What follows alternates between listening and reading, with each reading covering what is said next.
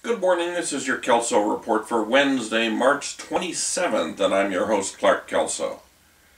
We begin today with a decision by the Supreme Court on whether the use of a drug-sniffing dog constitutes a search. Then we turn to a Ninth Circuit decision involving prayers at the beginning of a city council meeting, and a case involving the fiduciary duties of leaders of a labor organization.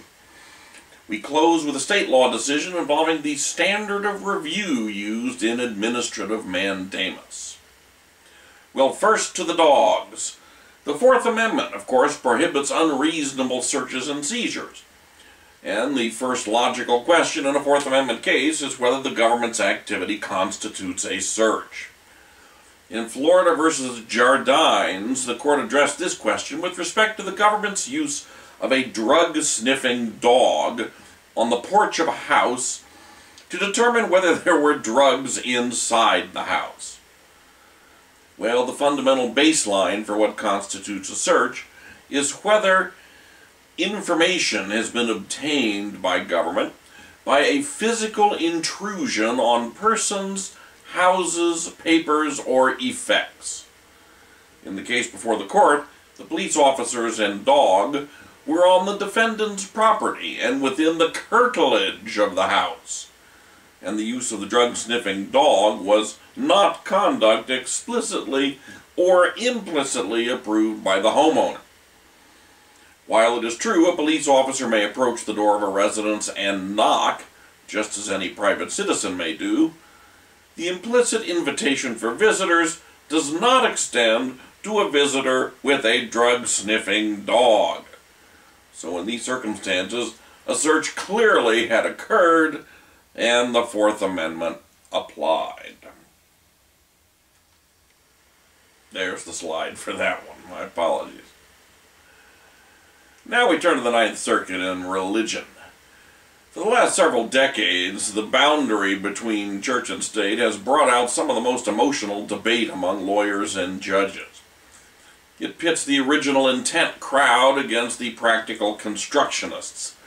It pits conservatives against liberals. It pits the secular humanists against the moralists. Well, in Rubin v. City of Lancaster, the Ninth Circuit faced these issues in another one of those prosaic settings, the beginning of a city council meeting. Now, for years, the city council in Lancaster began its meetings with a prayer that was delivered by various representatives of private religious groups from around the city, volunteers. As a matter of policy, the volunteers from the community were accepted regardless of faith, denomination, or other religious belief, and the prayers did not involve any effort to proselytize, advance, or disparage one religion over another, and there was no effort to affiliate government with a particular faith. So in these circumstances, the Ninth Circuit panel, a rather conservative panel, unanimously held that the prayers did not violate the Establishment Clause. Well, next we'll see if this panel holding survives the Ninth Circuit's in-bank process. Next, labor law decision.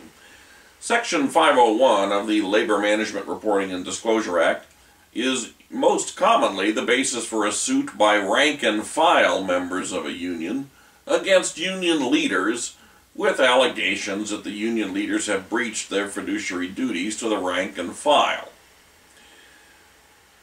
But the dispute in SEIU versus NUHW did not fit this normal pattern. In this case, pitted a union corporate parent against the leaders of a local who allegedly diverted union resources in an attempt to establish a new competing local union. The basis for the corporate parent's claim was Section 501, and the issue for the court, a matter of first impression, in the Ninth Circuit, was whether Section 501 created a fiduciary duty which the rogue local leaders owed to the union as an organization. The defendants claimed that Section 501's duty was owed only to rank and file, but the Ninth Circuit unanimously rejected this interpretation based on the plain language of the statute. Section 501 provides that, quote, the officers of a labor organization occupy positions of trust in relation to such organization and its members as a group. It is therefore the duty of each such person to hold its money and property solely for the benefit of the organization and its members." Close quote. Well, this language couldn't be clearer. The officers owe duties to both the organization and its members.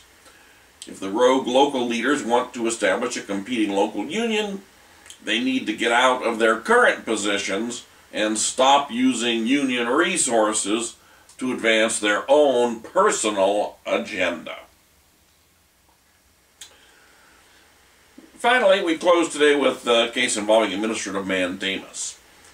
Now, when a superior court reviews the formal decision of an administrative agency, that's of course CCP 1094.5, the standard of review requires the court to grant a strong presumption of correctness to the agency's decision. It's a general matter. And this is true even when the court exercises its own independent judgment. The 4th District delivered a strong reminder about the deference owed to an administrative agency in San Diego Unified School District versus Commission on Professional Competence, where the appellate court unanimously reversed the Superior Court's judgment, which had ruled against the Commission. According to the 4th District, the Superior Court failed to afford the necessary strong presumption of correctness to the Commission's decision, and it made several factual errors in reviewing the record. And the 4th District reached this conclusion in a controversial case involving allegations that a teacher had inappropriately touched a 3rd grade student. The school district found that the teacher had engaged in the touching and discharged the teacher even though several attempts to prosecute the teacher criminally had failed. The Commission determined the district had not proven its case, concluding among other things that the student's testimony was very inconsistent and not believable. But instead of deferring to the Commission's findings on the facts and on credibility, the Superior Court cherry-picked parts of the record it liked as the basis for its reversal.